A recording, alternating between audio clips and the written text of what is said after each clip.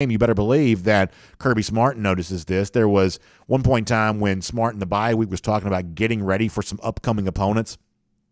This has always been something that Georgia has done on its bye weeks. It used to be a lot of times they were getting ready for the triple option of Georgia Tech. My guess is, though, the week leading into the off week, the bye week, the week before the Florida game, my guess is that some of that time for Georgia was probably spent looking ahead to Tennessee, because it is fair to say that there's a lot of spread offenses, things like that now, but I think most smart football minds will tell you that really nobody plays faster than Tennessee does. They may have their pedal to the metal more than anybody else when it comes to this. And when Hendon Hooker is healthy, and he is healthy again now, when Hooker is healthy, they've also functioned better. Joe Milton is just simply not the quarterback that Hendon Hooker is. At one point in time, I'd kind of argued for Harrison Bailey to win that job, but it appears that initially they chose the wrong guy, but now Tennessee is truly settled on the quarterback that's actually the best for it when it comes to Hooker. So, I have to say that I do expect a pretty big challenge from what should be a loud Neyland Stadium on Saturday afternoon. I kind of agree with that. Gabe Garrett says we get another recruit this week. Obviously, Julian Humphrey getting ready to make his big announcement. Seems like Georgia's in a pretty good position there. So eyes will be on Julian Humphrey, and hopefully we'll get some more details about all that here soon. Brian Whitehead said the new SEC Shorts video totally roasts Florida. That's really funny. All right, let's see what else. William B. said, between the bowl last year and this season, is there any question that Mullen isn't qualified? Yeah, I think that's totally fair to bring the bowl game back into this. You hear me say this a lot. It's the kind of thing I live my life by. How you do anything is how you do everything. There is no thought in life of, well, I'm going to try hard right now, but over here on this side, I'm not going to try very hard. Once you open the door to quitting or not trying very hard or being okay with lackadaisical results, once you open the door to that in any way, form, or fashion whatsoever, all of a sudden you allow that disease to seep into your mind. You allow that attitude to seep into your organization. And when Dan Mullen showed you he was okay with a team that just laid down and died and quit during a bowl game, that's the kind of stench that once you get it on a program, it is hard to wash it off. It just is. I think that Georgia had its own not quite so pleasant bowl result in 2018 against Texas. And you got a lot of media folks who were saying, well, it doesn't really matter. Georgia's still a contender. There was this, pretty strong willingness on the part of the media to forgive Georgia for what happened against Texas in 2018. But Smart himself seemed to take that pretty seriously. He was a lot more ready to have his team play well in a game against Baylor the following year. And even though Georgia's roster still wasn't full and complete then, Georgia certainly took the game very seriously. In the Cincinnati game this past year there as well, that there's just no tolerance for guys who aren't totally bought in. That's one of the reasons why you see so many players seemingly not play in Georgia bowl games the last couple of years, is that if you're not completely bought in, you don't need to be around this program. And that's not a shot at the players. That's not a criticism. It's just a fact of life that how you do anything is how you do everything. So if you've got halfway in guys playing at three-quarter speed, you can't have that around the program. And Florida tolerated that for its bowl game against Oklahoma last year. No surprise, that same kind of attitude has crept into this year there too. Think about the thing that Bruce Feldman wrote, The Athletic, the other day, with unnamed coaches from around the SEC simply saying they don't think Florida plays very hard. Well, Mullen seems to have a fairly high tolerance for guys not playing very hard. No surprise, they have a hard time eliminating that attitude when they don't want it around. And that's exactly right. I totally agree with you on all of that. All right, let's see, what time is it? All right, it's 10 o'clock. All right, we're up on we're on Facebook, we're on YouTube, we're on Twitter, we're on Twitch. As you might imagine, we're going to do a lot today on Grantham out at Florida. Another assistant coach, John Hevis, the offensive line coach, fired there. What that means for the future there in Gainesville. Interesting stuff coming out of the Gators program and all of this. Also, I think there's an interesting comparison between Georgia and Alabama worth getting into. We'll do that late in the show. Got a great collection of golden shoes. We'll give those away. John Stinchcomb stops by. But I want to start with this, as some of the folks mentioned in our comment section a moment ago, that there is already a warning being sent by Kirby Smart to take Tennessee seriously on Saturday, to take the environment around Neyland Stadium seriously on Saturday. Expecting a challenge from the Vols? We certainly are. We're going to heed Kirby Smart's warning coming up as DawgNation Daily, the daily podcast for Georgia Bulldogs fans, presented by Pella Window and Door of Georgia, begins right now. Today's episode of DawgNation Daily is brought to you by Pella Window and Door of Georgia, viewed to be the best. Presented by DawgNation.com, this is DawgNation Daily, the daily podcast for Georgia Bulldogs fans. Here's your host, Brandon Adams. Something happened during Kirby Smart's press conference on Saturday that you don't normally see. It was a pretty quick turn of the page from the Missouri game, a game which Georgia dominated, won 43-6, to this upcoming Saturday's game against Tennessee. And I have to tell you this, and I know that you're going to hear this and think, well, this is just BA being Larry Munson or BA being Vince Dooley. You kind of BA calling up some of these, legends of the past who had very careful ways of describing upcoming games. You're going to think this fits into that description, and maybe it does. I happen to think it does, and I happen to think this is kind of an authentic, genuine opinion. But the fact of the matter is, I expect this upcoming game against Tennessee, this upcoming Saturday, to be a four-quarter battle. I expect Tennessee to give Georgia a pretty big test. Yes, Georgia's a huge favorite in the game. More on that, by the way, later on in the show. But in this particular case, I'm not quite so sure that the expected spread means all that much to me. Part of this is just based on the fact that Georgia's now won, in dominant fashion, how many weeks in a row?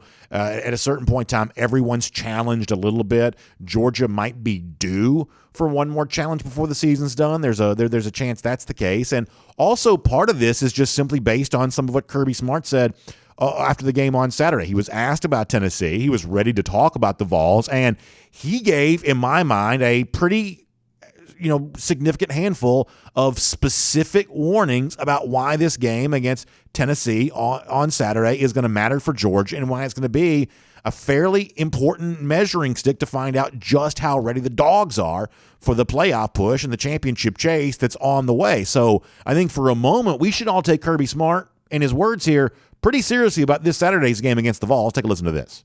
Maybe focus on Tennessee, playing in really tough environment, one of the toughest places to play in the country. Their fan base is bought in, all in on Coach Heupel and his staff. It will be a tremendous atmosphere and opportunity in which so many other conferences don't have teams that maybe aren't in the hunt for, maybe an SEC championship that have that much passion that they're going to sell it out and be really loud. It will be a great atmosphere, and our players will need to prepare for it. We will need to prepare our players for it. It's going to be a really tough physical game. They've got a really good football team. I've been able to watch them play, several weeks that we've either been off or we had this early game, and you get to see them at night. And they've actually played a lot better than some of their scores indicate. And I've got a lot of respect for their team and how hard they play. So I think our guys realized they got a little bit of a wake-up call today that this was not probably a subpar outing for us in terms of execution and play style for us. So clearly Smart is a hard-driving coach, and it would take a coach like Smart to describe a 43-6 win as a wake-up call in any form or fashion whatsoever. But Smart says that's what they got against Missouri, and obviously the players themselves have also echoed that, thinking they certainly played an imperfect game, even though it was a blowout win against the Tigers. And maybe that factors in all this there as well. But for me, it's really more about the unique way in which Tennessee's kind of going about its business this year. I also take it pretty seriously what Smart says there, too, that there is just a different vibe in the SEC, and this is 100% true.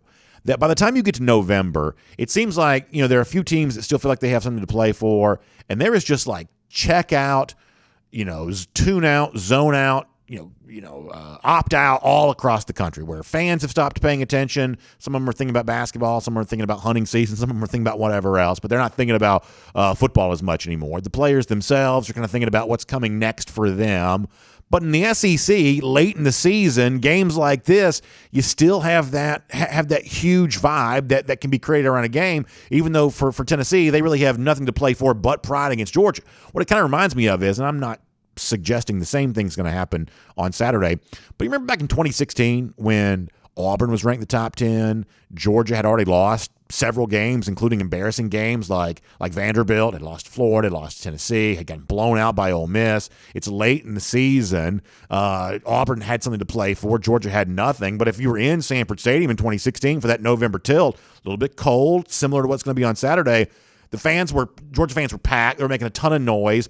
They just treat a big game like that against a rival as a big game when Georgia had very little to play for. The Georgia-Auburn game in 2016 still felt like a very big game. And on Saturday, I think Tennessee fans do the same thing against Georgia. Yes, they've lost a couple of times already this year. In some cases, they haven't looked very good in doing so, but they don't need an excuse to make this feel like a big game. Now, I'm not going to go so far as to say that the same way that Georgia upset Auburn as a top 10 opponent on the road in 2016 when Auburn came into Athens, the same thing's going to happen for Tennessee here, but the atmosphere that Kirby Smart describes, Georgia fans themselves can say, yeah, we've experienced that before because they helped create that in a game like Auburn in 2016. So everybody's kind of on the same page about all that.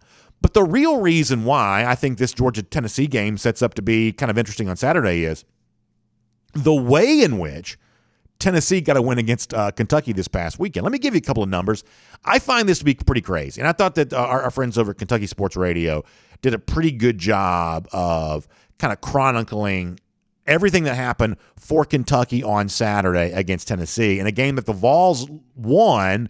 But if you looked at the stat sheet, I think a lot of folks would say, wow, Kentucky's doing about everything it wants to do, and yet it's still not mattering. Let me read you a few sentences here. This is from KSR's website. The writer says it's going to take a while to unpack what happened at Kroger Field tonight. Listen to this, y'all.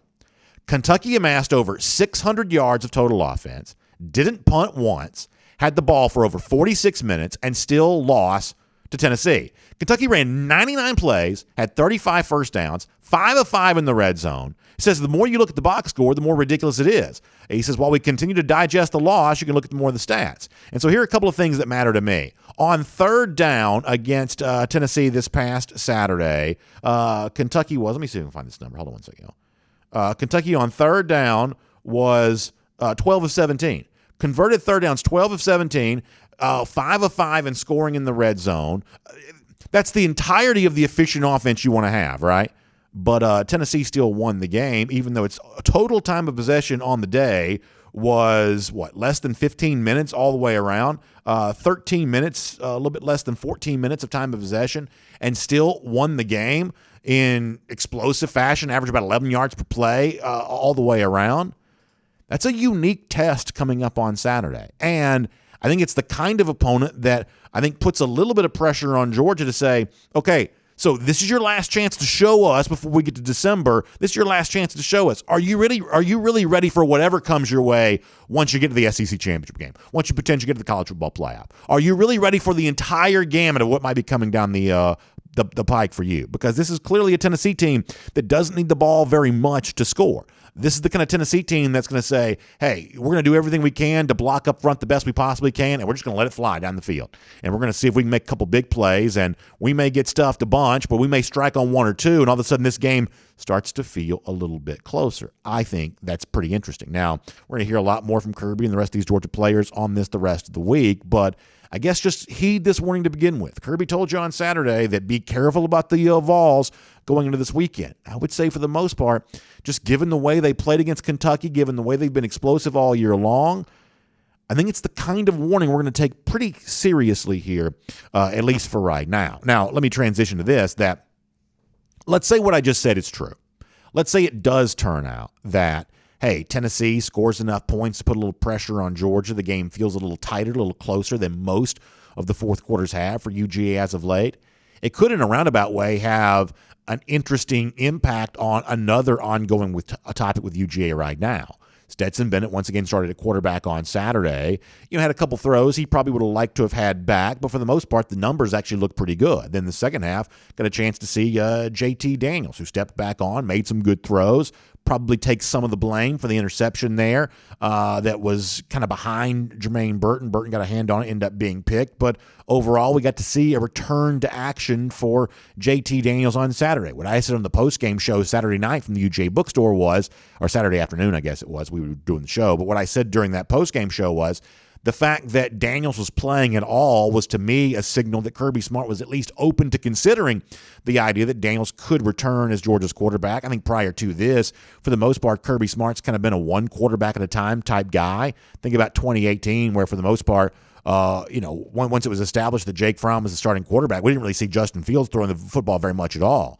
Go back to 2017, after Jacob Eason got hurt, Jake Fromm stepped in. Once Eason was healthy and able to play back again, we really didn't see him doing very much of that. Certainly didn't see him throw the ball. That for the most part, that Kirby Smart's just kind of been a one quarterback at a time type guy. Daniels playing as much as he did, getting a chance to throw it, getting a chance to run the offense, would lead you to believe that, hey, maybe this is still an open competition that Daniels still has a chance to reemerge. And obviously a lot of Georgia fans hope that is the case. Daniels remains, I think, quite popular with UGA fans. Maybe even the majority of Georgia fans want to see Daniels return and take the reins at this quarterback spot here once again. For what it's worth, this was the evaluation that Smart gave of Daniels after getting a chance to play on Saturday. This is Kirby. I know he did a nice job while he wasn't in the game. He was over by me calling out the defenses, the checks, going through them like he was playing the game. And to hear him call out the coverages and the checks and know exactly what he's planning on going to, it was really good. It gives you a lot of confidence in him when he's over there making those and talking to Stetson when he comes off the field. Thought he had really good command of the offense when he went in. He's got great poise in the pocket.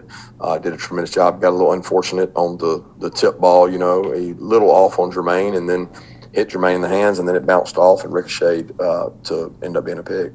So let me go back to the point I was making a moment ago, that if it really is true that Kirby Smart's getting close to making his choice, his determination one way or another, if that really is true, then a close game against Tennessee could certainly help that come to resolution sooner rather than later. Because, as I said before, against Kentucky on Saturday, Tennessee didn't need the football very long to be explosive, which might mean that Georgia, doing what it typically wants to do, run the football, be efficient, move the chains, keep the ball, take advantage of scoring opportunities once you get to the red zone, things like that, all of a sudden, that might be one of those games where if Stetson Bennett does that and produces a big win, maybe at that point in time it really is Stetson Bennett's team. But if it's also one of those games that Tennessee puts enough pressure on Georgia with its own explosive offense, even against this terrific Georgia defense, if it puts enough pressure there offensively, that all of a sudden Georgia is forced to consider, okay, which of these two quarterbacks give us the most chance to be explosive? After all, we've come to believe that in SEC championship games and college football playoff games and national championship runs, explosiveness on offense really does matter. Plenty of Georgia fans would say that Daniels gives you the best chance to do that. So let's assume, for the sake of conversation here for a moment, that it is truly a situation on Saturday where Tennessee gives you a test. They show some explosiveness offensively. Then that actually might give Georgia fans to find out a little bit more about what really is going on here at quarterback and which of these two guys, between Stetson Bennett, who's had the reins, JT Daniels, who once had them, which of these two guys really is best positioned for the championship run that would appear to be on the way. My name's Brandon Adams, and this is DawgNation Daily, the daily podcast for Georgia Bulldogs fans, presented today by Pella Window and Door of Georgia. Glad to have you with us no matter how you get to us today. Live on video, 10 a.m., Facebook, YouTube, Twitter, Twitch. We're on the radio at noon on Athens Sports Radio 960 The Ref. We're also available in podcast form wherever you find them, the Apple Player, Spotify, Google, the world-famous DawgNation.com. So many different ways for you to get the program, and we really appreciate you being with us here for all of them. Also, a big thanks to our friends at Pella Window and Door of Georgia for making it all possible. Pella Window and Door of Georgia can help equip your house with energy-efficient windows and doors. That's important right now. It's cold right now at night. That means the heat is on for so many of us. My house, certainly that's the case. And if you've got inefficient windows and doors, not only do they look bad on the outside, but also that's the kind of thing that's allowing that energy to escape out of your house. Think about the entry door to your house. It's a big opening, right? And if you have not properly sealed, inefficient from an energy standpoint, an entry door like that, a lot of stuff is going to be escaping out of your house there. The same thing for your windows there, too. You're paying money on all this heat. Goodness knows this year it's expected to be more expensive than ever. Well, you want to keep that in your house where it's supposed to be. That's what Pella Window and Door of Georgia gives you a chance to do. They also give you great savings there as well. Between now and November 27th, you can get 40% off qualifying installations or payments as low as $99 a month with regular payments. A couple different ways for you to get in touch. You can give them a call, 678-638-1496. That's 678-638-1496. Or you can use the website, pellaofga.com/DawgNation. That's pellaofga.com/DawgNation. Just be sure to tell them the BA from DawgNation Daily so they take good care of it, because I know that they will. All right, we've got John Stinchcomb here coming up in a moment.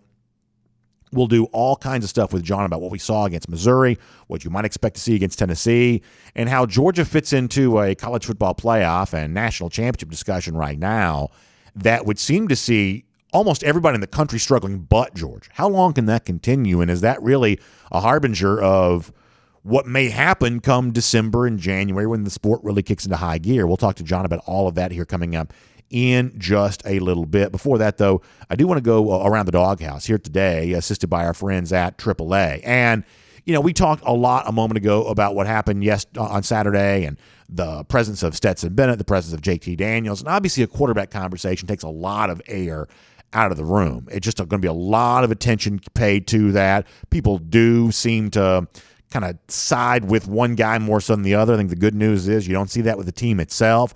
They seem to be pretty content here no matter what happens, but fans are certainly going to divide themselves on this particular topic. However, I think what should not be lost sight of on Saturday is something else going on with the offense that I think has the potential to really speak to what could be coming the rest of the way here for Georgia. That very quietly, Georgia's starting to get a little bit healthier. You saw Jermaine Burton back playing again. His impact was felt in a major way. Came very close to having 3 touchdowns. Ultimately finished with a touchdown, but he was out at the one twice. He could have had 3 touchdowns. We talked before about the way in which Arian Smith can be so explosive with just a small number of touches and what that might mean for Georgia later on this season. Well, another example of that on Saturday, he was back. He found the end zone. To say nothing of what Landon McConkey continues to do, and obviously the tight end spot with Darnell Washington and Brock Bowers all being involved. John Fitzpatrick had himself for a catch on Saturday there too. Pretty quietly, Georgia's getting a lot of weapons back, and pretty quietly that becomes a nice additional component to go along with everything else that Georgia has in store for you offensively. In fact, Smart did not hold back in acknowledging that himself. This from Saturday after the game. Smart happy to see those wideouts who've been injured now for quite some time, some of them starting to work their way back. This is Kirby. Yeah, I thought this game was the closest. I thought, Arian had a full week. We met on Monday, said you're getting your full quota. You got to go. You got to get your reps to be able to play. Jermaine, hey, you're getting your full reps. Coming off Florida, they were both – I felt like they were both healthy Florida, but they weren't healthy the week of practice. And I feel like they were both healthy this week of practice, which helped us from a depth standpoint to be able to rep. Ladd got to share reps, so he didn't have to take the burden. JJ Kieras, AD, and when we were fully healthy at receiver, excluding George and Dom, we have a good unit. With George and Dom, then that's what we thought going into the season it would be special. But we're working to try to get those guys back. And I thought the perimeter this week, I was so much that touchdown by Jermaine Burton. Nobody talks about it. Kieras goes out and throws a great block. And so did AD to get Jermaine untouched into the end zone. That to me is the ultimate sign of selflessness at receiver. Selfless, easier for Smart to say than it is for me. Selflessness at receiver is certainly an interesting description there. And this is an ensemble cast that could pay big dividends for Georgia. And I think when you think of what Georgia has done offensively thus far this season, they're on the verge of averaging more points per game than at any point in time in the Kirby Smart era. This after the offense, for the most part, was kind of held off the board completely in the season opener against Clemson. Think about the way the Georgia offense has performed since then is really pretty remarkable, especially given all of the injuries that Georgia has dealt with in the midst of all of that. I think it speaks to what they've done with Todd Monken's leadership and the guys that have been healthy. That remains to be a pretty amazing story. And it's a story that I think has the chance to get even better now that Burton is back making plays. Arian Smith is back being a threat to break a game open with his, what was it that Stetson Bennett said on Saturday, stupidly fast speed. Obviously, that's kind of what Smith brings to the table there for you and everything else there too. This is a Georgia team that has been limited in the kind of weapons it could deploy offensively, but it's not quite feeling so limited anymore. And these guys appear to be getting healthy at exactly the right time. That's Around the Dawghouse. It's assisted today by our friends at AAA. And, of course, when you check out AAA, obviously you know them for their legendary roadside assistance. That's something that we turn to all the time here around DawgNation. Driving to Knoxville here this weekend, obviously all across the state on high school football all season long. When you're on the road a bunch, it's just nice to know that you got AAA if something goes wrong there. But it's also important to know that AAA can do so much more for you than just the roadside assistance for which they're famous. How about auto insurance? Did you know that when you switch and save with AAA, you can save on average $529? That's real savings. That's extra money in your pocket at a time in which we could all use that. Let's face it, there's some hard times certainly when it comes to things being more expensive and everything just being a little bit tougher. So anywhere that you can find some savings, anywhere that you can find the chance to have a little bit more money in your pocket, it's the kind of decision that you owe it to yourself to make, including switching your auto insurance and taking advantage of $529 on average worth of savings with my friends at AAA. So here's the website. It's AAA.com/auto insurance. That's AAA.com/auto insurance. AAA.com/auto insurance. You can switch and save with AAA today.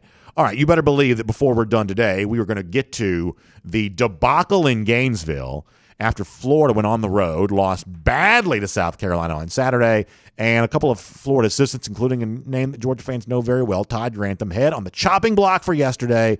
We'll talk about that.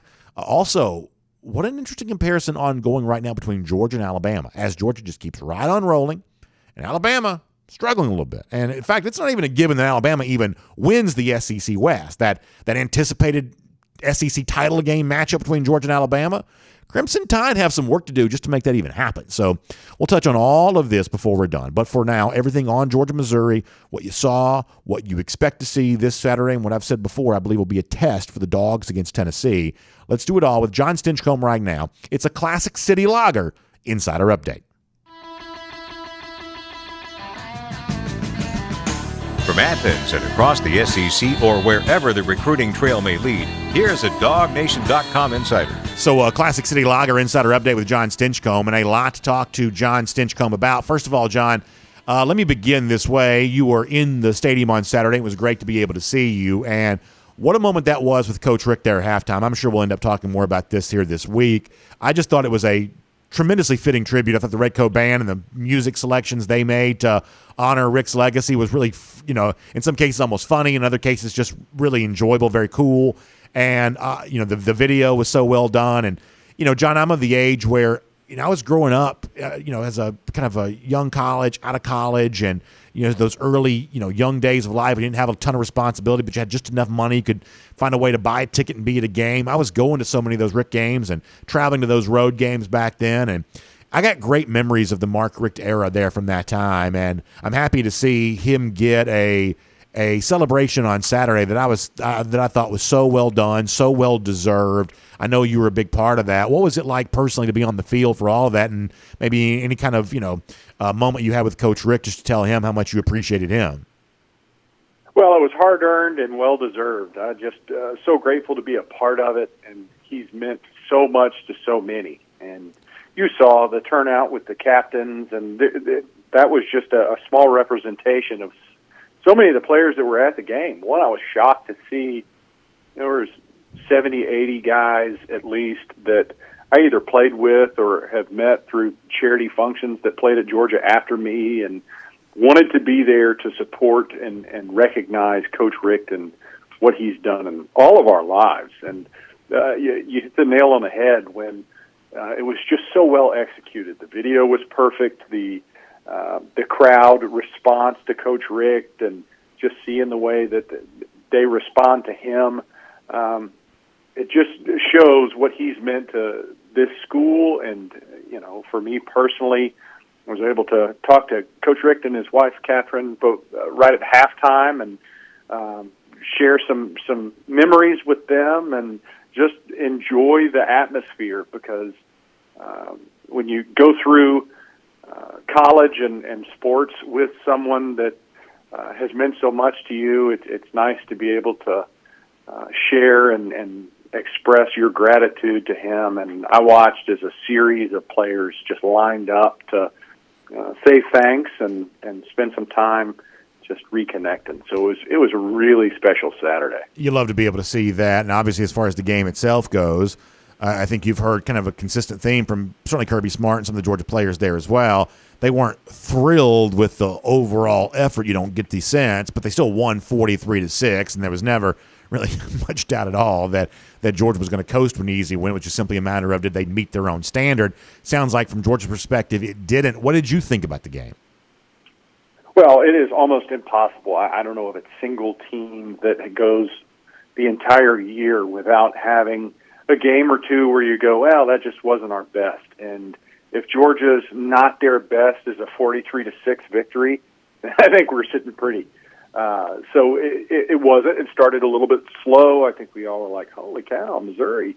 And then, you just keep things rolling and you get the momentum on your side. And Georgia's just so talented across the board that few teams can match. And obviously Missouri was very much outmatched, and it was evident throughout that game. But the fact that the standard is so high, that the expectations are that Georgia can dominate and should, and to have a 37-point victory and you say, you know what, we didn't come close to our best, and you're probably right, I think it just shows that the level of play and expectation that Georgia has created this year.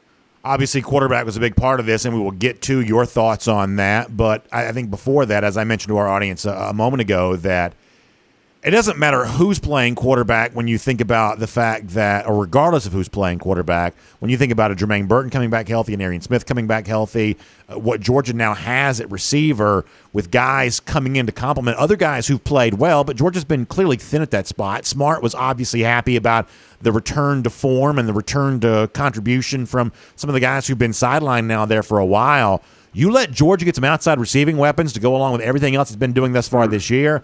John, it really could be game over, go home for the rest of the country if that continues to evolve the way that it was hinted at on Saturday. Yes. I mean, the start of the season, your first three receivers, who would you have on paper? It's Pickens, Blaylock, Burton. You haven't really had any of those guys all season. And when you start thinking, as you've developed guys in this season, and guys have stepped up, McConkey being one, and so many others. You had Bowers, the huge surprise as a freshman. I think there were some high expectations, and you couldn't have had them lofty enough for them not to be exceeded as to what he's been able to do this year. And when you start adding pieces back, I mean, the speed and threat of the vertical game that Arian Smith brings to the table, it just your mind starts to race with opportunities once you get guys healthy. And I think that's what's the biggest threat to Georgia. It's trying to maintain that roster and have your guys out on the field. And you appreciate the depth. You're grateful for it. Obviously, wide receiver is one of the spots that has benefited from a quantity of riches that few teams get to enjoy, because you go that deep into your roster, and most teams are like, well, it's pretty explanatory as to why we're not playing the way we should. And Georgia hasn't needed to lean on that excuse. They're 4, 5, 6 deep on the roster, and you haven't seen that vast drop-off just because, as Kirby alluded to after that Florida game, the amount of recruiting that's occurred in Athens and the ability to get players on campus and develop them is why Georgia is the clear number one team in this country. So when it comes to the quarterback spot, what I said on Saturday after the game was the fact that Daniels played at all, the fact that he got a chance to throw the football was, to me, a signal that Smart is at least still considering the possibility that Daniels could overtake Stetson Bennett in return as this team's starting quarterback, that if Smart's mind was totally made up, maybe Daniels either plays, doesn't get a chance to throw, or maybe he doesn't play at all, even though the game was in kind of a blowout situation. That's kind of what we've seen Smart do in the past there. He's been kind of a one quarterback at a time type guy. But allowing Daniels to do as much as he did on Saturday, Daniels wasn't perfect and made a couple good throws, probably takes the blame for the interception, but allowing him to play when he did shows that Smart's mind is at least open to the idea that Daniels could regain that spot that he once had prior to his injury. What do you think about what happened at quarterback on Saturday and what may happen the rest of the way? Well, I think it's good to see JT Daniels taking snaps and making throws. You start to worry how significant and long-term was that injury. I think it was longer term than any of us anticipated. So the fact that he's back out there taking snaps, I don't care what capacity it is, that being able to get him under center, playing against an SEC opponent, getting those live snaps and recognizing that he's coming back from the injury, I think that bodes really well for Georgia. Stetson has been consistent in what he's done. He's made some really nice throws. We've seen him, create with his legs and feet, and that's what he brings to the table that folks are most excited about. And he's not Michael Vick out there or anything. He's not Lamar Jackson, but man, he's able to convert in some pretty timely ways and move the pocket. And there's reasons why folks are in that Stetson camp that say even with a healthy JT, I think Stetson's our best option. As I've said previously on this show, I think a healthy JT Daniels is probably raises the level and opportunities that Georgia has as an offense. But it mandates that he's healthy, and I think that's a credit to Stetson because of the way he's played. It's unless you're at your best, we don't need to make any changes because Stetson's played so well given the opportunity. So let me give you two quick statements here on the quarterback situation. These are my beliefs. These are my opinions. I want to give you a chance to respond to them. The first one is this. We've heard some people say, well, given how well Georgia's defense is playing, it doesn't matter who they put at quarterback. They're going to win the national championship no matter what. John, I'm actually not quite so sure that's the case. I don't think the gap between UGA and the rest of the country is so wide that, to use a phrase that I've heard people use, it doesn't matter who Georgia plays at quarterback. But let's say for a moment that really was true, that Georgia right now was the best team in the country, distancing itself the way that it's playing right now, including the players that it's been playing.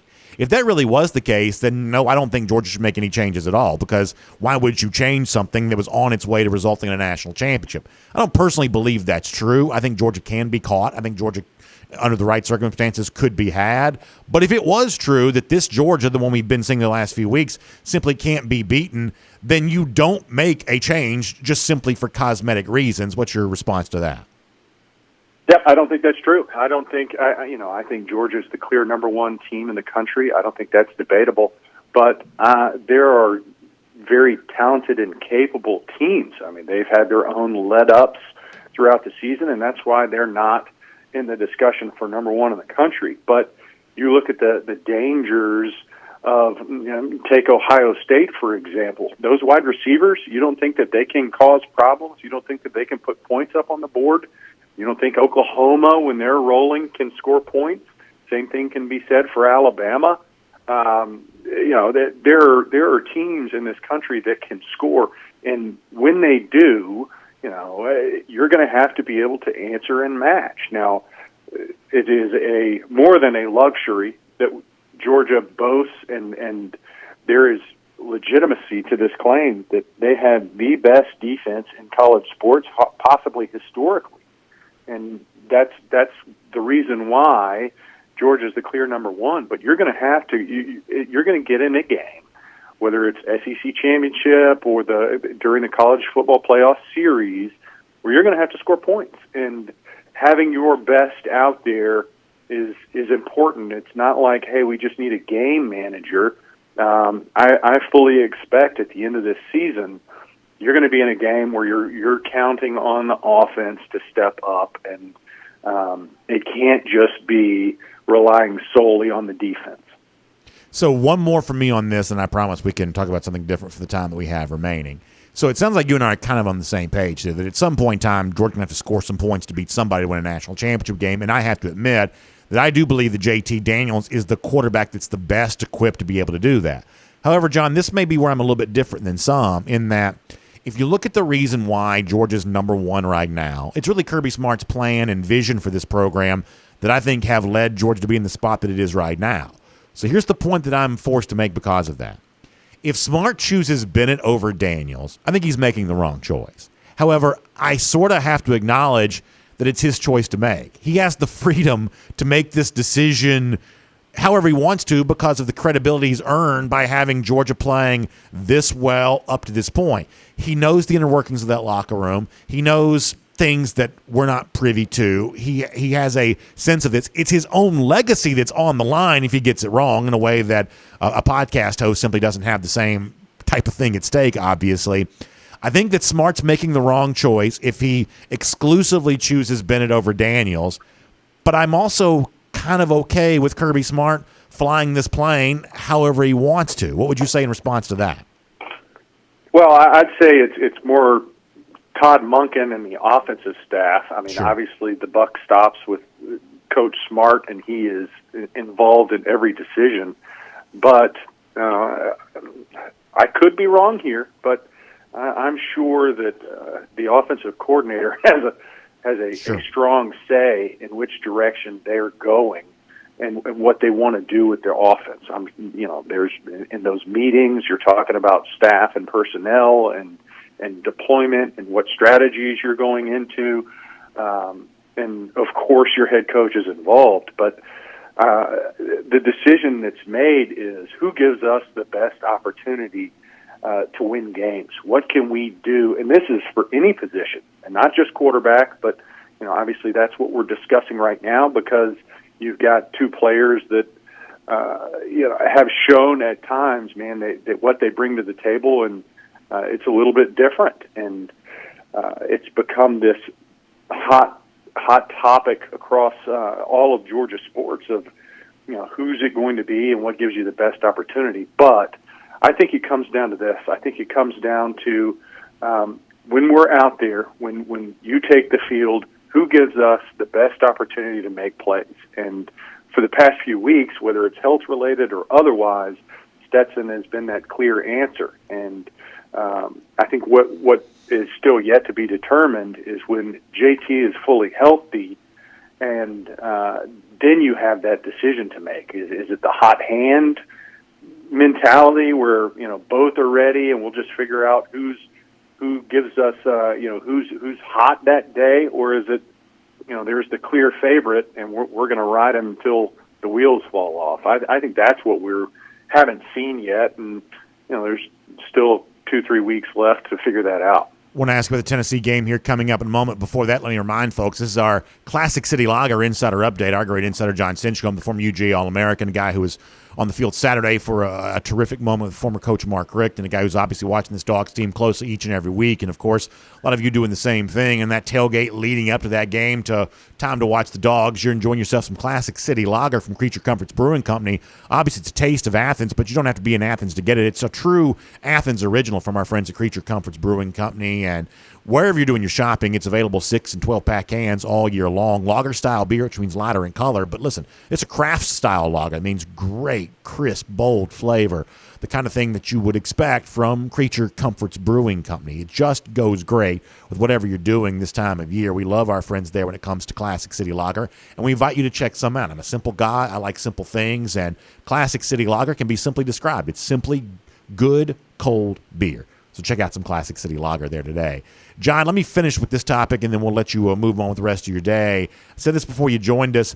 When you look at the Kentucky game for Tennessee on Saturday, that's Georgia's next opponent, Kentucky did almost everything you'd want Georgia to do in a game like this. 600 yards of offense, very efficient converting third downs, scored every time they got the red zone, had the football for more than 45 minutes. And yet, if you look at like win expectancy and things like that, Tennessee was always throughout the game about an 80% likelihood of winning because they were so dadgum explosive. In like the 13 minutes they had the football, they still found a way to score 40-something points or whatever their final score was, averaging more than 10, 11 yards per play. That they don't need the football very much to be explosive. And this is obviously a Georgia defense that's stopping everybody right now. And ultimately, I believe it's probably the reason why Georgia also wins on Saturday in Neyland Stadium. But I believe the joint's going to be loud. I believe that Tennessee can, certainly can't be efficient on a per-play basis against Georgia, but probably explosive enough that they can get the big play every now and then. John, even though Georgia's right now 20-something point favorite, I kind of expect Tennessee to hang around with Georgia for 4 quarters on Saturday. I don't think anyone can skate 11 weeks in a row without being tested by somebody. I have to be honest here that I think Georgia may be due for a test at Neyland Stadium on Saturday, and in a roundabout way, it may not be the worst thing for these Dogs. Well, I would greatly appreciate a close game. I think those are make your team stronger. It have some mental fortitude where it's the fourth quarter and plays still matter. And, quite honestly, the way these games have played out this season, most of our starters aren't even in the game in the fourth quarter, much less, trying to fight and rally and still scrap and say, hey, we've got to play a full 60 minutes. Those games have just been few and far between for Georgia, just because of the early dominance that they've shown in a contest.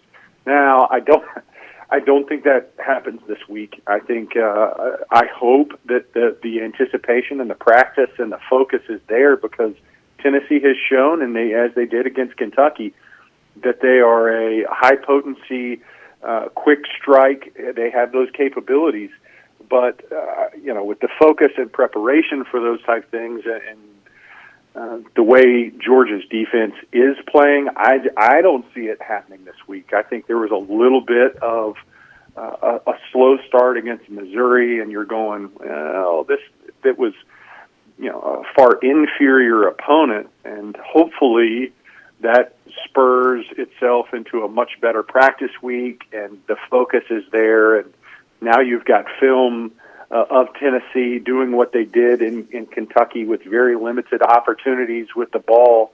And I think that raises the focus and intensity for your defense. And when you have focus and intensity matched with the understanding and skill that Georgia has on defense, I don't see that playing out 2 weeks in a row for Tennessee.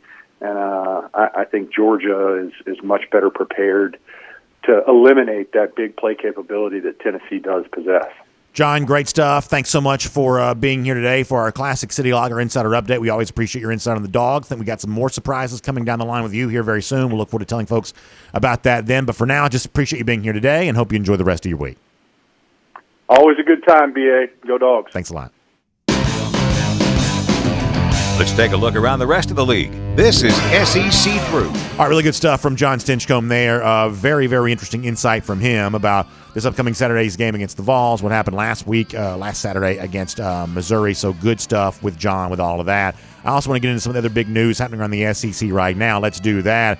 As a part of cruising around the SEC, courtesy of our friends at Royal Caribbean, and this is a great time to be on a Royal Caribbean cruise ship. They're back on the seas once again. So many ports of call, so many great destinations, including destinations all throughout the Caribbean, including destinations in the Bahamas, which means it's an easy cruise to be a part of, easy to get to. Port Canaveral is really just a short drive from where I'm sitting, our DawgNation World Headquarters studios right here in Atlanta, the Atlanta area anyway.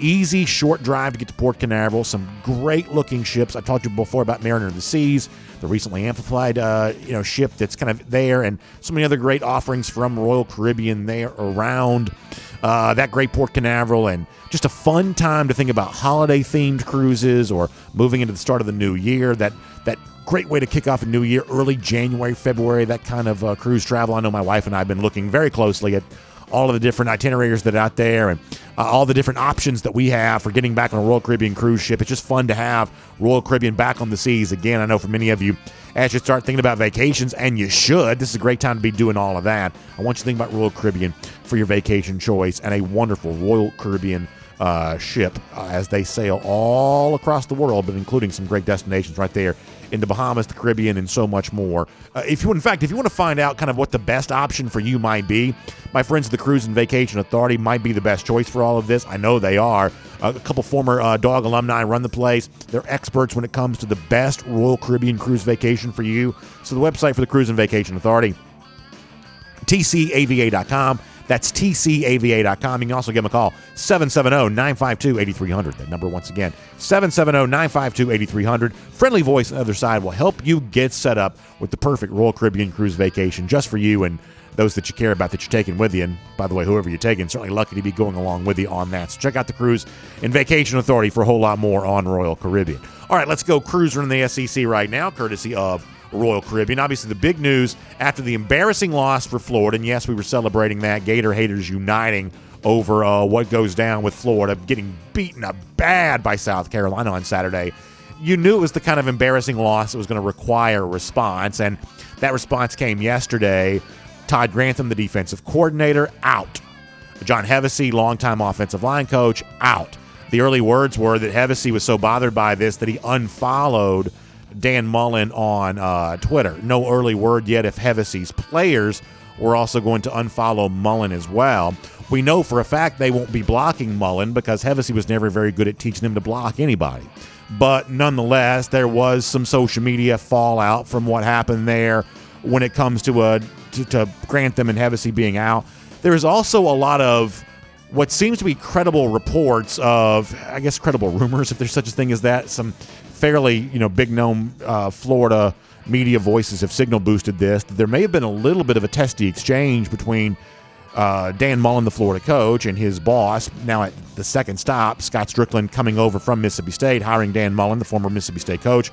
Now they both work in the same job there at Florida. So Strickland's kind of been a Mullen guy. Mullen's kind of been a Strickland guy, but maybe a little bit at odds right now over the need to respond to what has turned out to be a disaster of a Florida season, taking the 5th loss of the year on Saturday. Nothing worse with what's happened there against South Carolina.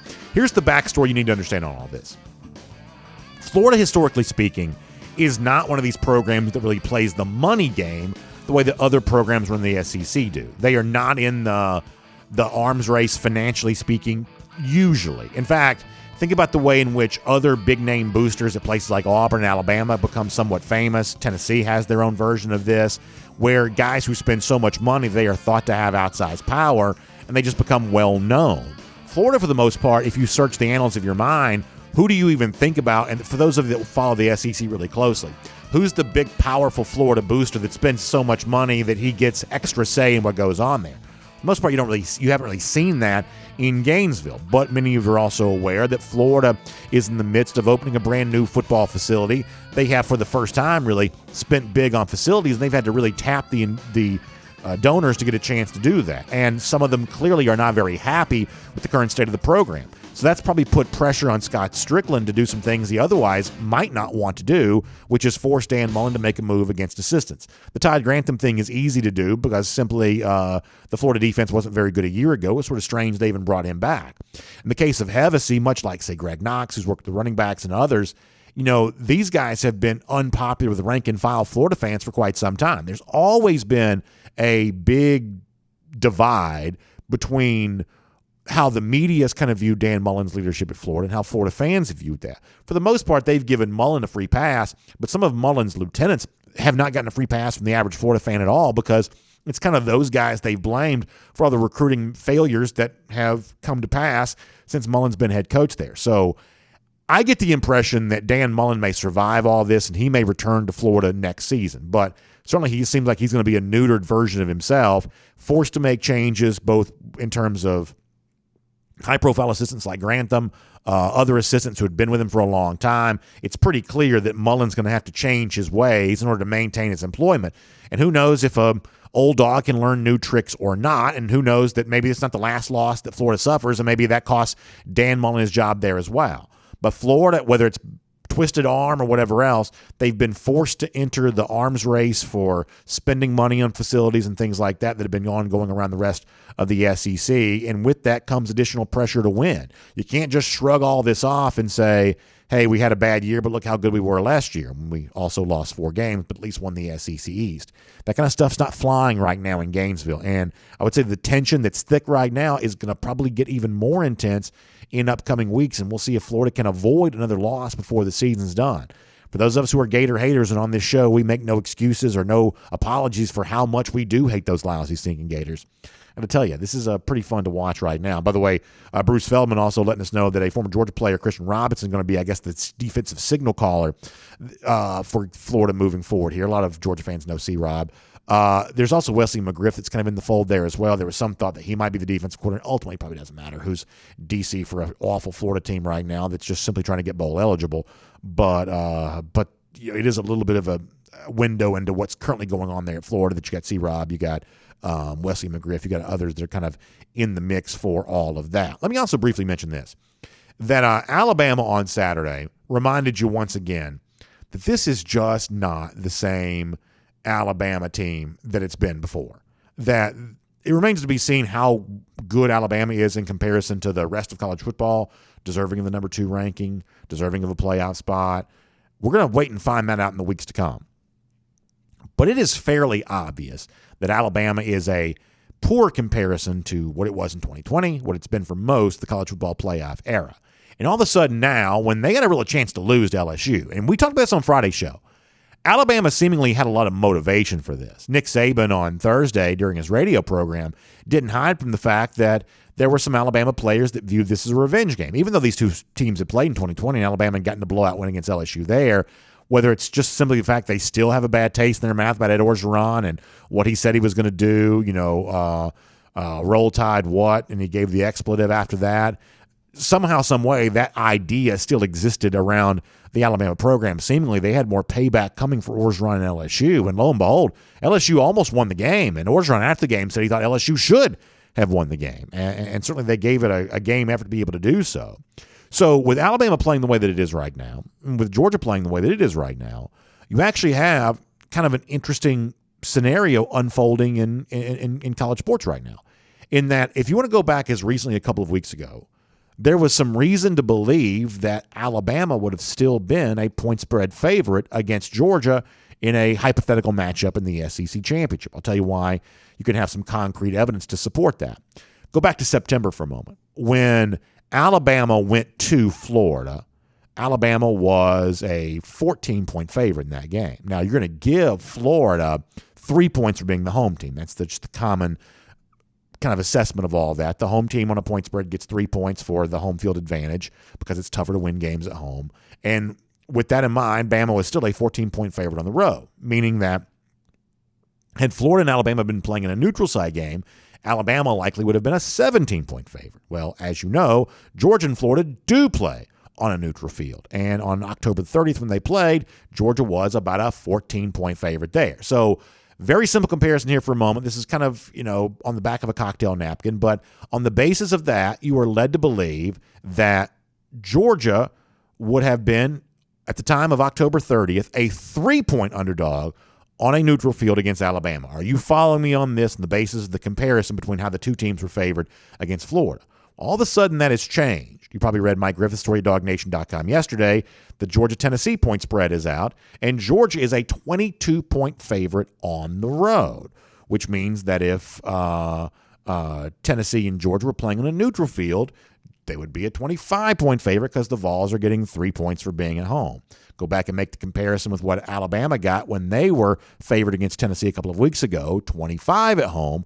On a neutral field, Bama would have just been a 22-point favorite. So since October 30th, we have some reason to believe that the Georgia-Alabama point spread may have flipped by as much as 6 points. Georgia, at the couple of weeks ago, would have been a 3-point dog to Alabama. It appears now that some of the betting houses, including possibly BetUS, kind of view Georgia as a 3-point favorite against the Crimson Tide. So as Georgia keeps right on rolling, as Alabama has scuffled more than we're used to seeing them do, the betting markets appear to be noticing, and it appears that if things maintain the way they are right now, Georgia could be a point spread favorite against Alabama. Now, Georgia was also a favorite against Alabama in 2015 and got whitewashed.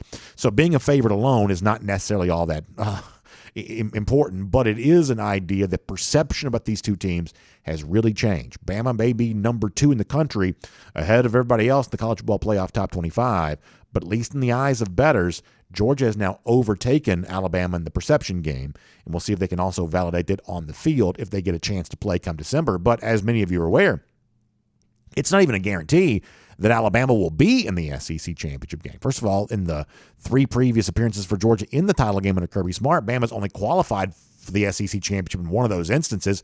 Bama has actually sometimes doesn't quite get noticed.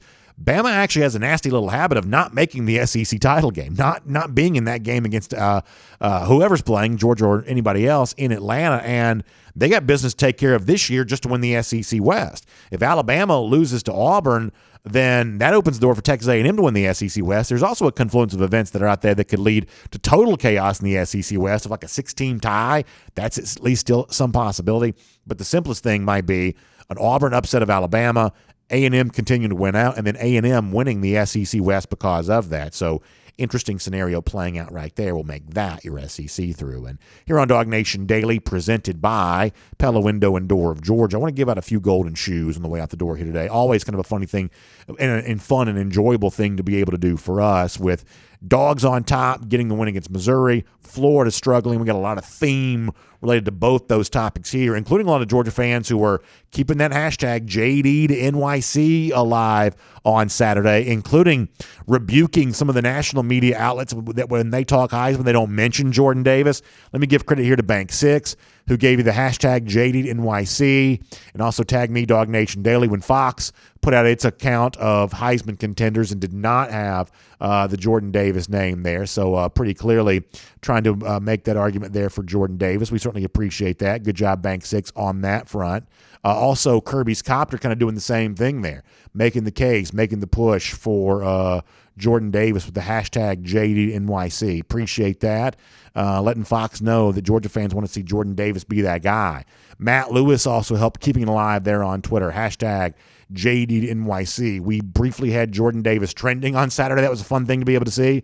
Good job by Georgia fans doing that, keeping that hashtag alive. Obviously, a lot of Georgia fans also enjoying the suffering going on in Gainesville right now. Lost to South Carolina, assistants being fired. Jimmy Durham showing this funny photo from Jacksonville a couple of weeks ago of the Florida support staff bringing a bunch of trash cans to go along with the stadium. I guess they're going to put ice in that or something like that. And Jimmy Durham says the Florida program really is garbage, which is very funny. And right now I think Florida fans themselves might even agree with that. He gives you the dogs on top, and Jimmy will make you a golden shoe winner for that. Also, UGA Nation 412 says, I'm just going to leave this expression right here. It's a very funny screenshot of Dan Mullen with a look of chagrin, I believe you would call that, on the heels of watching his team getting beat at the time 33-10. It got even worse than that before it was all said and done. And then Steven at Steven Carnut on Twitter shares with me one of these old school t-shirts. I love the old school stuff that y'all send me, including this one, which is actually very appropriate as you kind of transition from making fun of Florida to turning your attention to Tennessee on Saturday. Steven saying, friends, don't let friends wear orange. And obviously a reminder about Florida and Tennessee and Auburn, some of those orange-themed teams that dog fans don't like. So the Gators will make fun of them. I sit on Tennessee for Saturday, and certainly Steven will add you to our list of golden shoe winners there for today. So I told you before, I do expect Saturday to be a challenge. I don't think that Tennessee's a very good team. There are plenty of teams worse than Georgia that would probably beat Tennessee. I'm sorry, worse than Tennessee. That would probably worse than Georgia that would probably beat Tennessee. But sometimes it's an issue of kind of styles making fights, and I do think there's a style that Tennessee's capable of playing that is going to get UGA's full attention come Saturday. But let's say that Georgia goes out and just stomps Tennessee too. Let's say that Georgia goes out there and shuts down this high-powered offense in its own stadium. It's going to be cold that night, maybe windy there as well. Maybe that aids the attack. But the point is, let's say that Georgia just goes out there and does that. At that point in time, then you really probably have to embrace the idea that this team really is firing on all cylinders and ready for what's still to come. Fun time to think about all of this. Championship chase just getting started. By the way, speaking of the lousy, stinking Gators, if things weren't bad enough, we'll remind them that 355 days, no matter who's coaching Florida, Dogs go back to Jacksonville, beat them again. That's our Gator Hater Countdown. We'll see you tomorrow. DawgNation Daily, presented by Pella Window and Door. And on video. Time now for our R.S. Andrews cool down. Air conditioning, heating, plumbing, and electric. R.S. Andrews, the one you turn to for all of that. And we appreciate you being with us here today. We will take a few of your comments now on whatever you want to talk about, the Georgia side of things, the Florida debacle, what's going to happen this Saturday against Tennessee, everything else in between. We'll give you a chance to do all of that. Let me go to YouTube. I'll do YouTube first today, and we'll get a few comments, and then we'll roll out of here after that. Hope all of you are doing well. Hope you got a great weekend around the college football stuff. Let's see what else is going on. Michael Porter gives you a hashtag JD to NYC. Appreciate that. Jim McLaughlin says Will Anderson's a great player. Yeah, listen, you're not going to hear me say a bad word about Will Anderson at all, both in terms of, I know Alabama's trying to get their Will Anderson for Heisman push going. Obviously, there's nothing they won't try to copy us on. And by us, I mean those of us who pushed the Jordan Davis, thing for quite some time. All of a sudden, I guess Alabama's decided that's a really good idea. But if it wasn't for a year in which the Georgia defense had been so dominant, I'd have no problem with Will Anderson being in that conversation. If you're going to make a list of the 4 or 5 best players in the country, I would say Anderson's probably on it. I think Anderson's best. I think Anderson is Alabama's best player. I believe he's better than Jameson Williams or Bryce Young. So you're not going to hear me say a bad word about Anderson whatsoever. And in a game against Alabama for the SEC championship, if that game does come to pass, you're not going to hear me say, oh, yeah, it's going to be easy for Georgia against Alabama. You're going to hear me talking about how a guy like Anderson, you have to know where he is at all times. You have to really block him. I mean, they sent him on an all-out blitz on the final play of the game against LSU on Saturday. And just a reminder of you just got to know where he is. You just got to know where he is. Michael Porter mentioning Nolan Smith, who's really come on. I mean, Nolan's always been a good player for Georgia, but the last couple of weeks just really reminding you about what he's all about. Noah Sheldon says we need a Meek and Fitzpatrick type defensive back in our secondary. Maybe Julian Humphrey can be that guy if we can get him. Yeah, obviously eyes on Humphrey getting ready to make his college decision. That's fun to be able to think about. Baggins and friends saying, 2 first Saturday with my grandkids' first game, and I had my first Classic City Lager. Good beer. Well, I'm happy to know that. What a great way to celebrate taking some grandkids to a game for the first time. Classic City Lager going great with that. So Baggins, I'm happy to hear about that. Thank you so much. Dog Daddy said, if Mullins gets fired, that makes Eddie not able to work anymore. So that's not true. Eddie's now in forever. So Eddie's not going away if Dan Mullen goes away. Obviously, Dan Mullen is the genesis of all of that. But Eddie's going to remain the DawgNation Daily mascot, whether Mullen's still here or not. But don't think I hadn't thought about this. And generally speaking, your point, don't think I haven't considered this, that there's a lot of material that I just use over and over again. I'm talking about, easy go-to jokes on Twitter, things like that. If Dan Mullen's gone, I got to think of all kinds of new material, and that's just not going to be any fun. So there are a lot of Georgia fans that hope Mullen stays at Florida forever because they think he's an easy win. There's a part of me that probably hopes he stays there for at least a little while longer because I'm not quite ready to have to write a completely new act as of yet. Of course, the same thing was true when McElwain got fired. We were doing shark jokes all the time, and he was gone 5 minutes later. You got all kinds of new material with the next, goofball they hire. So I'm sure the next person they bring in will be another clown as well. But the point is, I have considered this, that while Eddie's going nowhere and his name will always remain Eddie as an homage to what once was, there is a little bit of a thought here that, oh gosh, my corny humor almost requires an enemy like Mullen to aim it at. Noah Sheldon says Damian Pierce should have come to Athens. Yeah, I don't know that. Part of me wants to say the honest truth is I don't know that Pierce had that invitation, but nonetheless, obviously, I'm sure that he's not enjoying himself right now. Frank Patterson says, if you could bring back Chubb, A.J. Green, Roquan, or DeAndre Baker to our current team, which one would you bring back? For me, it'd have to be A.J. Green. I think it's a good question, but for me, it'd have to be A.J. Green because he's just so different than almost anybody else. Good question, though. John Adams says, does Eddie go from blind squirrel to adding a suitcase? That's pretty funny. Jacob Phillips says, this is a great question. He says, do you fully trust Kirby Smart's judgment on quarterbacks? Who do you go with if JT and Stetson are both 100% healthy in the SEC championship game? So I'm glad you asked. I think that's a great question. I said this to John Stinchcomb a moment ago.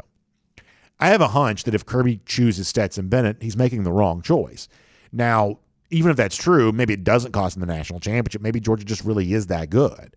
But if it were me, and I was the leader of Georgia football right now, I would be coming up with a scenario to transition back to JT Daniels. I just believe they're going to need Daniels. I don't believe that Bennett's mobility is quite valuable enough to overcome what I believe is a more potent passing attack that JT Daniels provides. And I do think that Georgia needs that eventually.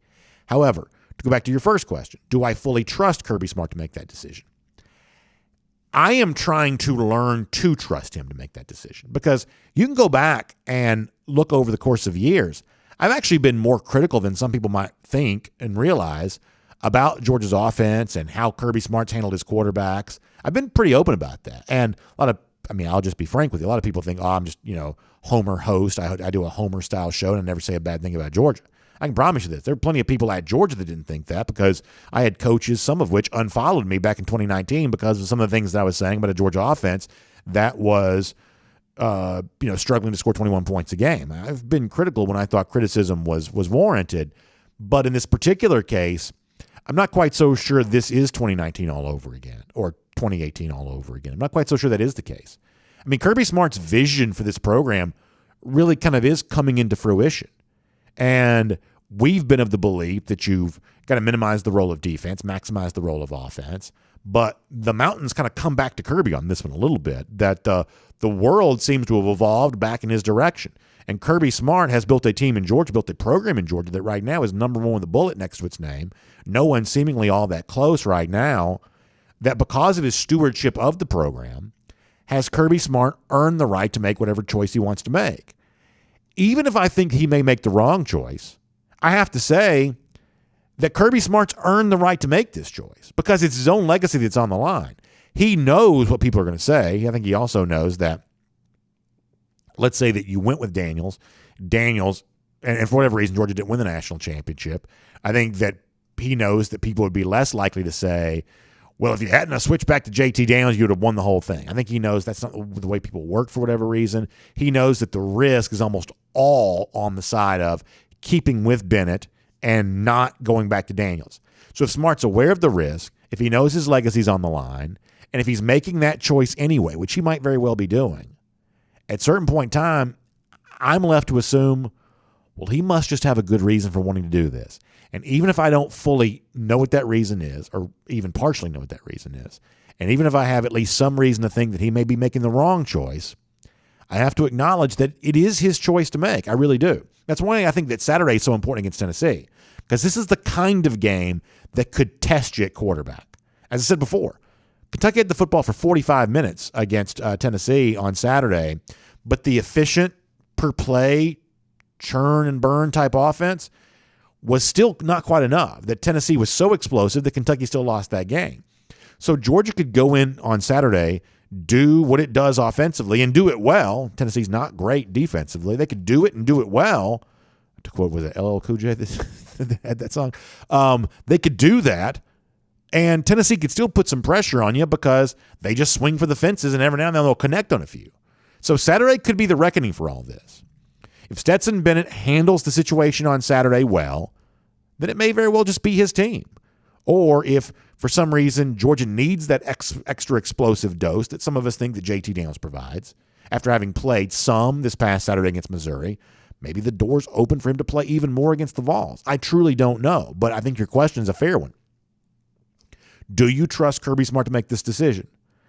Given the way that Georgia's played all year long, given the way that Georgia has navigated all the challenges that it's faced, I think it's only fair to give him that trust, even if it takes a little extra effort to extend it. Good question. The BJJ says, any word on Adam Anderson? Smart did reference Anderson during his post-game press conference on Saturday, obviously kind of giving you the very terse statement. You know, the legal world just almost requires that. They're just not going to say anything, players, coaches, either one, in the midst of an ongoing investigation. I guess the latest reporting on this comes from Mark Schlabach, ESPN, that does indicate that while Anderson's fighting this aggressively, unfortunately, and I mean this in terms of the justice side of this, not the football side of this, unfortunately, the resolution on this could just still be months away. And so that's a tough spot for people to find themselves in, both for the accuser who feels wronged, for the player in this case who obviously wants to defend himself. The fact that the resolution may extend for months is obviously a problem here, but I guess that's what the reporting says right now. Yita Cookie says JT has one bad pass but made some good checks pre-snap. Stets has been playing, and he is still making turnover-worthy plays every week.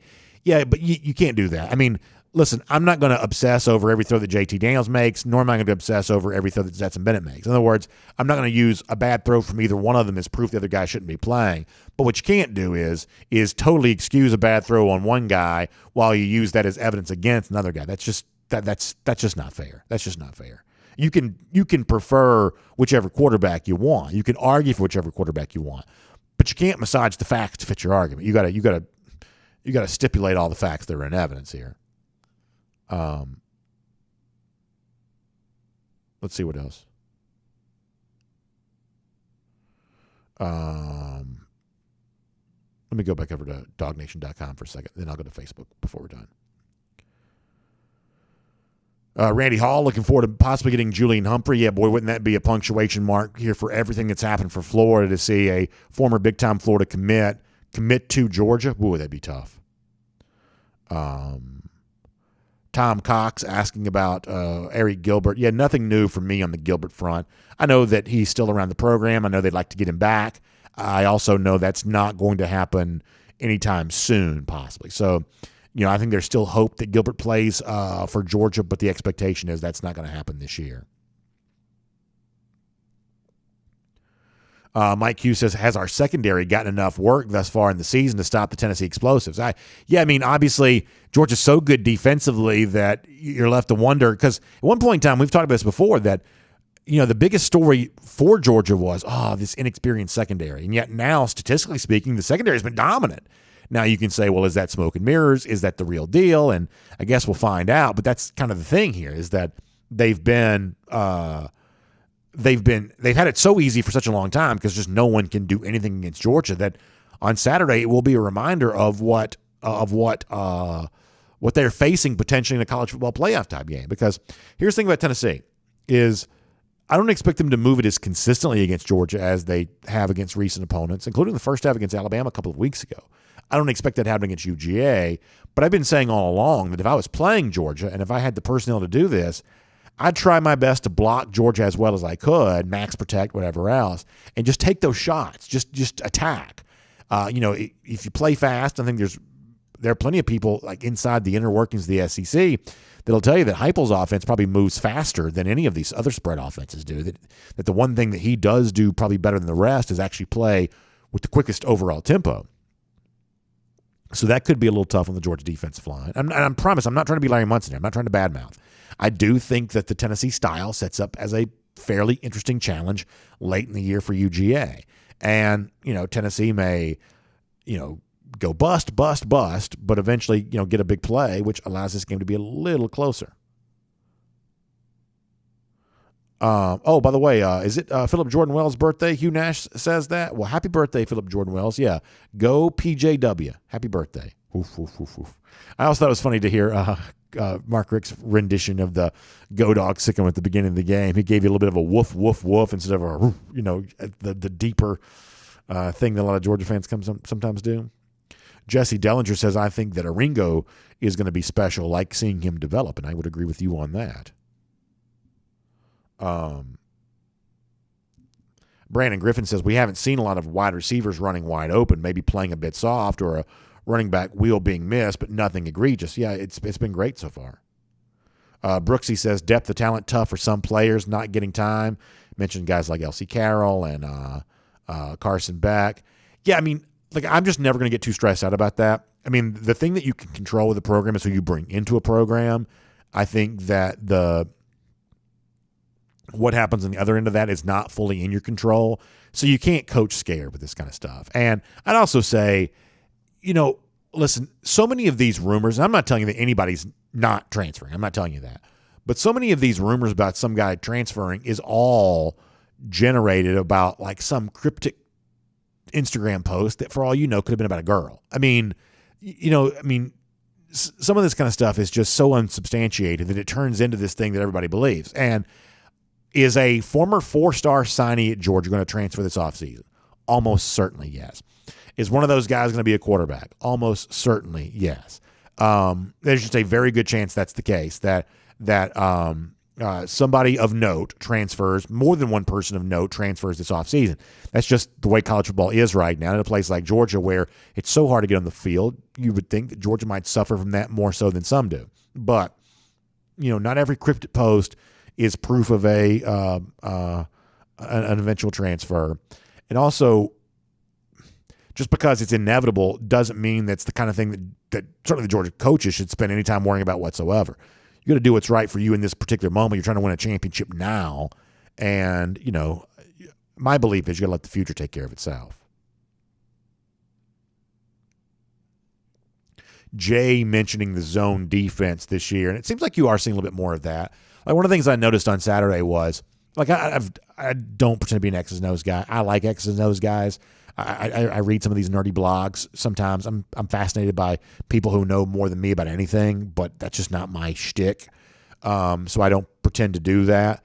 But one of the things I did notice on Saturday was, how frequently I would see a Missouri receiver go in motion, and there wasn't that trail man going with him. There wasn't that defensive back kind of going with him, which commonly would lead you to believe that Georgia really was in zone a good bit on Saturday, just given the fact that you're not seeing that guy running with a man in motion. Sometimes that's what teams use motion for, pre-snap motion, is to try to get a sense, are they in man or not? And Georgia really appears to be pre-snap, showing you a good bit of zone as it is. But there's so much matchup stuff that goes on right now. Sometimes the definition of man and zone is almost a little conflated. But I am, at least to the extent that my mental capacities can process it, I am noticing what seems to be a little bit more of that from Georgia this year. Let's see. What else? Let's go to Facebook here for a moment. We're going to get ready to go after this. Nice quick trip to the Facebook side of things, and then we will roll. Hope everybody's doing well here on this Monday. Philip Jordan Wells said a birthday chortle will do. I can't really conjure up the chortle on call here, but I can promise you that in my soul, I am chortling for you. Julie Odin Thornton asked a good question. He says, why was the running game off a little bit on Saturday? I think it's a fair question to ask because And I know that there was a question kind of posed in this direction to Kirby Smart on Saturday, but there was a little bit of confusion in the room. So I think it's very interesting to ask, what is the level of expectation you should have when a team like Missouri that's not good at stopping the run, but when they have like 8 guys in the box, in that area, kind of thrown at the line of scrimmage to stop the run. Like, how much running can you do when there are that many guys standing at the line of scrimmage, and how much running should you try to do when they are doing that? In other words, when you're facing Arkansas and they're dropping 8 guys back into pass coverage, obviously you're going to run right there. They're giving you the run, so therefore you're going to take it. But what about when the opposite happens? What about when they're throwing 8 guys into run coverage, which seems like they were doing a little bit on Saturday? Eventually Georgia adjusted to that and started throwing the football, but should they have done that sooner? Should they have anticipated that? That's the way that most teams seemingly have chosen to defend Georgia. Even in an age in which Georgia's scoring more points and throwing the ball better than it has, there is still this thought of, we're going to keep making you show us that you can do that. So I think you're asking a really good question. Obviously, the run game for Georgia was mostly stymied on Saturday. I don't really look at that as a failing. I look at that as Missouri was just completely selling out to stop it. And what is your response supposed to be when they are selling out that much? Does that mean you just don't run at all? Do you do more outside runs? Kirby Smart would tell you, well, you have to have the inside run to set up the outside run. That's one of those things I'd love to hear. I'd love to hear more on, because I kind of thought the same thing. Dennis Clinton says Tennessee always plays Georgia tough, going to this game with an underdog mentality. Keeping that in that mentality kind of where it is for Georgia, that sharp edge that the Dogs have had, I think that's pretty valuable. Michael O'Neill says, who would you like to see us play in our playoff game? Matt Rukavine also brings up the hot mic. We'll talk about that. Michael O'Neill says, who would you like to see us play in our playoff game? So if you're talking about the most fun playoff, the playoff that generates the most intensity, like hottest playoff, everybody's like fired up for it, to me it's probably Georgia, Alabama, Ohio State, Oklahoma. That's probably the playoff that generates the most buzz, where like every game just feels gigantic.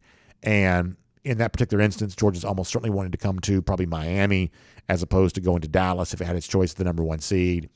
But obviously, if the question was, well, if you're a Georgia fan, you want to have the easiest game. So who are you wanting to play? To me, the teams that you would most want to avoid in the playoff are still Alabama. I think that Alabama, regardless of what you saw against LSU on Saturday, it's still Georgia's stiffest test.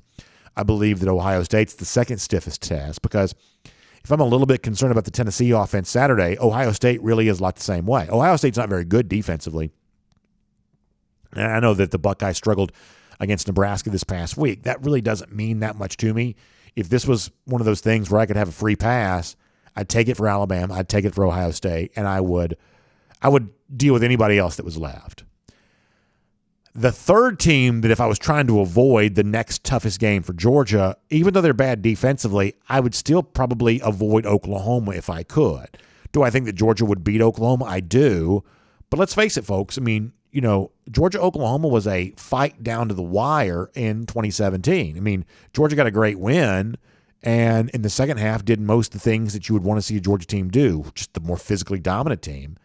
But there's nobody who's a Georgia fan that I would think wouldn't say, hey, you take your hat off and you shake Oklahoma's game after a game like that, or shake Oklahoma's hand after a game like that and say, you gave it a great effort. I mean, I think that Oklahoma earned some respect from Georgia in that playoff game, despite the fact that Oklahoma's lost other SEC teams since then. Oklahoma really threw some haymakers at UGA there that day. So would I expect Georgia to win? I do. This team probably not as good Oklahoma-wise as it was in 2017. But at the same time, that's probably the third most dangerous game for Georgia.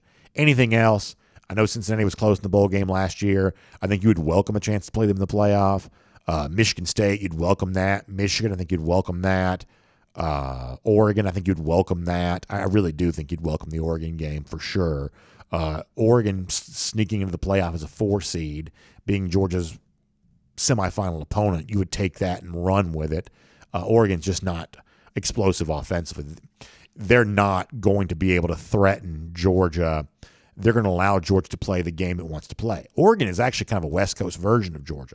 Mario Cristobal is a little bit of a coach kind of cut from the same cloth as Kirby Smart. Joe Moorhead's trying to improve the offense, but for the most part, they're still offensive line run the football. Even with Justin Herbert at quarterback a couple of years ago, they still weren't that explosive in the passing game. They play some defense. Obviously, was Kayvon Thibodeau. You got to block that guy. There's no question about that. He's a tough individual defender.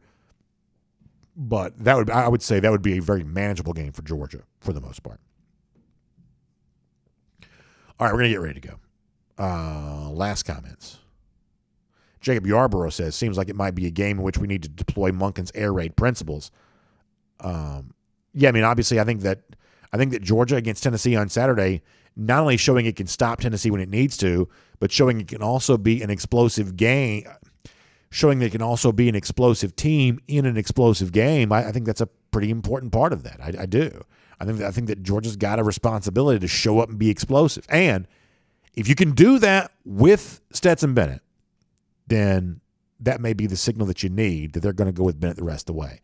That in a game where you probably have to make some explosives, if Bennett provides those, because I've said before, I don't always love the way that Bennett has played when Daniels has been healthy enough to play, almost as if Bennett's looking over his shoulder a little bit.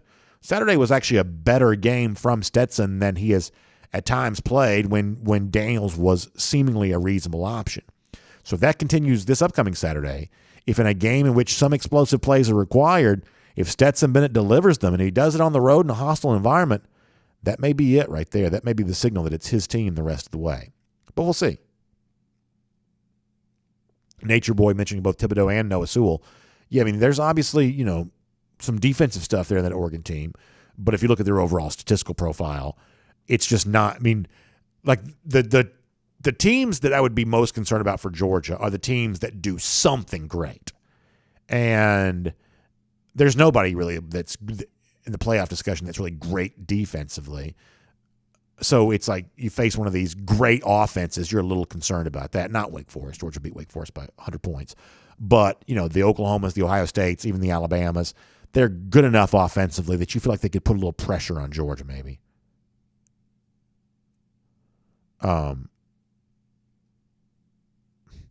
Frank Patterson on the subject of Stetson Bennett over here. He's having some fun. By the way, Matt Rukavina mentioned the hot mic thing where Kirby Smart says, I'm still not 100% sure exactly what Kirby said, if he was throw the ball or get off the ball. Some of you who are better at me in interpreting what it was that he said, but I don't have a problem with Kirby Smart doing that. What I have a problem with is I just find Mike Leach to be disgraceful. And, Leach called out his kicker after missing a kick against Arkansas, basically saying they're going to have open tryouts.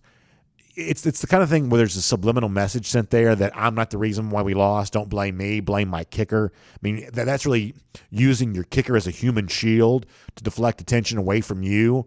I just think that's so unprofessional. It's the reason why.